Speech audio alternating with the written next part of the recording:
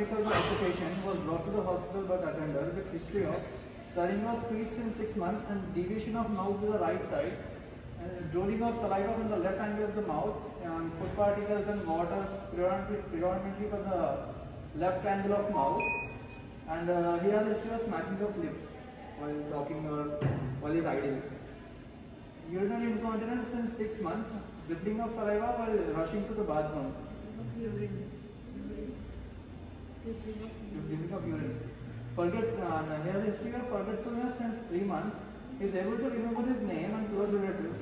Patient often forgets path to his own home, and he forgets wearing chappals sometimes. And he has a history of wandering, but self-hygiene is maintained. He has a delayed response to commands. And patient has dysphagia to both solids and liquids since 10 days. There is no history of self-talking, self-smiling, hallucinations, tremors, giddiness, and headache, trauma to head or involuntary movements. In the past history, the patient had CVA 3 years ago, for which he had a deviation of the mouth to the right side, and which has been resolved over a period of 6 months. He used tablets, cephalosporin and atorvastatin at that time. Can you elaborate on this, because CVA just seems to be too... Slowly happened, it seems. Only there was no weakness, sir. Only deviation of mouth. So just one day suddenly he had a deviation of mouth. That's all, and that was interpreted as a CVA. Little bit deviation, and then it progressed to like much. So why call it a CVA? Was it a sudden? I mean, if something happens suddenly, we need to know about that incident, what happened. To figure out whether it was CVA or not, we need to know the details, isn't it? So we'll have to ask them, because this is the most important thing we need to clarify. It's a good thing that we called them, isn't it? So you will turn it that side, Harika, and somebody will ask her what happened that day. What sari is it? Ask him to stop the work and take it. Then his wife asked him to. Because he was not making the design properly. And that design properly not making was the first thing they noticed? Or the slurring of speech was the first thing?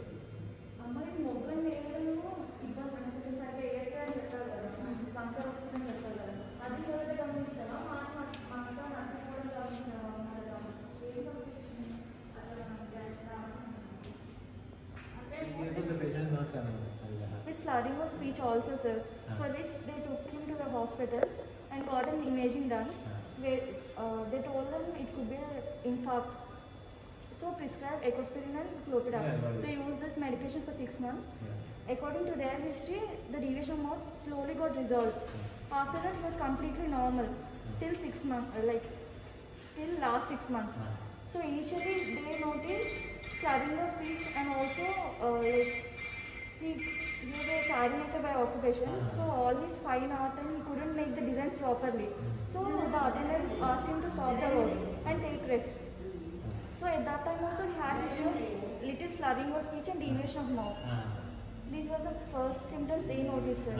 After that, since 3 months, after initial slurring of speech of 3 months, they noticed he also has his forgetfulness. He used to forget his own relatives' names and also the path to his own home, and also he forgets wearing slippers, sir, while going outside or anything. And also there is a history of wandering here and there.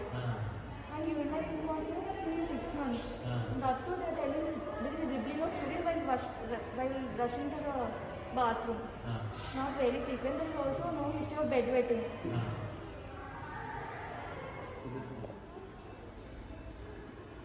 They are not concerned about the work. So it's more about the memory. So it's more about the memory problem. But you said he was spitting here and there. Dysphagia is his main complaint. I just got him here. No, dysphagia. Because of this spitting of food particles and also drooling of food particles. So the facial cause. Oh, I thought spitting was because of some delirium thing. It is just that. When we asked him to drink some water, he spitted on the ground.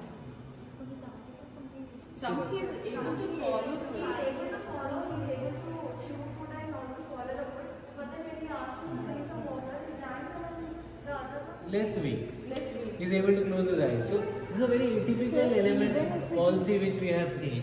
Even if it is weak or not strong, it doesn't bother the patient, no, sir.